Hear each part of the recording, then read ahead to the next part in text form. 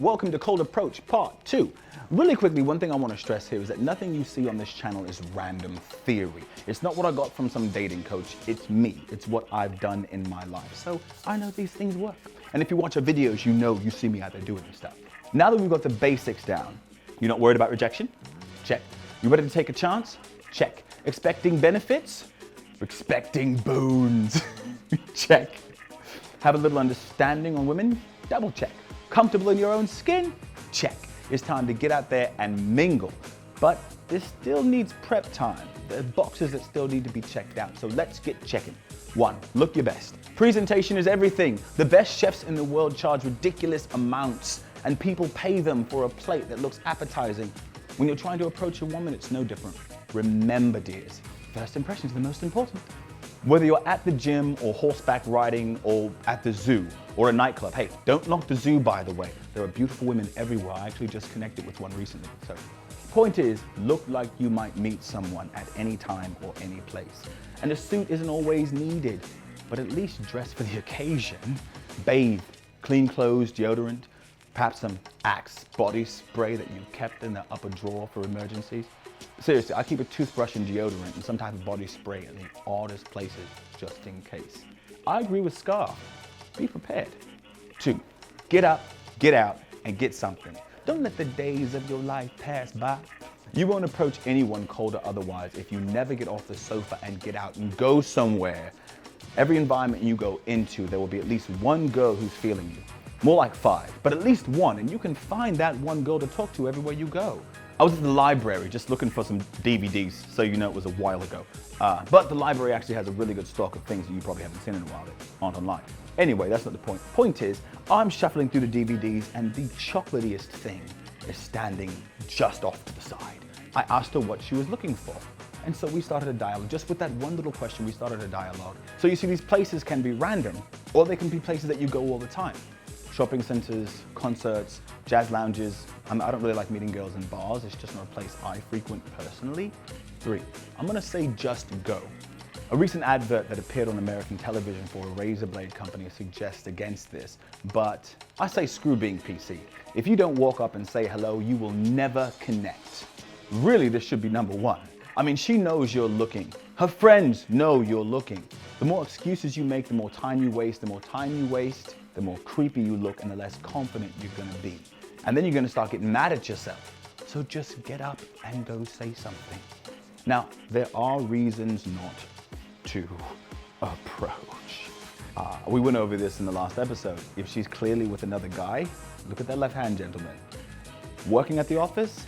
Yeah. Let that woman work. Wait till lunch, maybe. But then again, don't date women you work with anyway. In short, use your smarts. 4, start the conversation. It's hard to talk to someone when you've got nothing to talk about. It can seem almost impossible, but it's really not.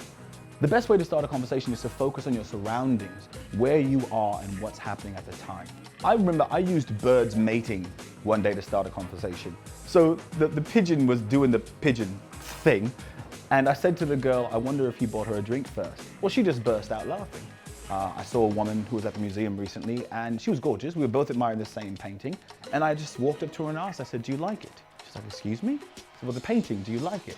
She said, well, yes. And then I said, well, what do you love about it? And the conversation flowed from there, and we wound up having this great conversation and wound up meeting at the museum a couple of more times. So be ready to listen and engage. Not forced, but let it have a natural flow. Stick to a common ground. Don't bring up weird things, Steer clear of closed-ended questions. Don't talk about things like politics or even religion unless that's something that winds up coming up. But even then, you have to be able to, and this is number 5, gauge her interest. See, so many guys are so eager to talk to girls that they completely miss the nonverbal cues that her body language is giving, that her energy is giving. If she's constantly pulling away, then don't pursue her. Conversations don't always go the way you want them to, so it's important to pay attention to her. If you're going down a certain road and you see that she's getting a bit distant, change directions quickly. Turn left! Don't be so wrapped up in what you're saying that you wouldn't know whether or not she wants to hear what you're saying. Her body language is going to be that first indicator of her interest and her attraction. Is her body language open? Is she engaged in the conversation? Do you have her attention, or is she on her phone? These are indicators of how interested she is. Remember, this conversation is not a solo act. If you're just talking about yourself, it's tantamount to wanking in public. 6, get those plans made. So the conversation is going swimmingly and you're both having a great time. This dance is really happening. Why not get plans made immediately? Say something like, hey, have you got anything to do after this on Wednesday? For example, I was working an event and a lovely redhead girl came up to me and we were talking, we were communicating, and then because I was working, I was not going to get her number because I was working, boundaries. But she wound up repaying to come back into the event and ask me for my number. And as soon as she did, I said, you know what are you doing on Wednesday? And she was taken aback. She's like, nothing. I said, I'll tell you what, let's go out dancing. Let's go out dancing. And she was all for it. And the next Wednesday, which was 4 days later, we went out dancing. So I immediately took advantage of the situation. And it doesn't have to be anything major. It doesn't have to be dancing, it just be coffee or an art walk on First Fridays. Things like this immediately lead to the number being exchanged. Non-committal answers and sidestepping the question is a sign that she's not interested in seeing you again, and you should wrap up the conversation and move on. Number 7, wrap it up. No, not like that. Well, yes, like that. You should always have it and not need it, rather than need it and not have it. That's my motto. So you've exchanged numbers and maybe you haven't. Either way, it's important to end the conversation well and not just walk away. And this can be as hard as opening the conversation. If it's ended well, the simply way to close is, I really enjoyed talking with you and I can't wait to chat with you again. I really got to run though, but I'm gonna call you soon, yeah? Boom, easy.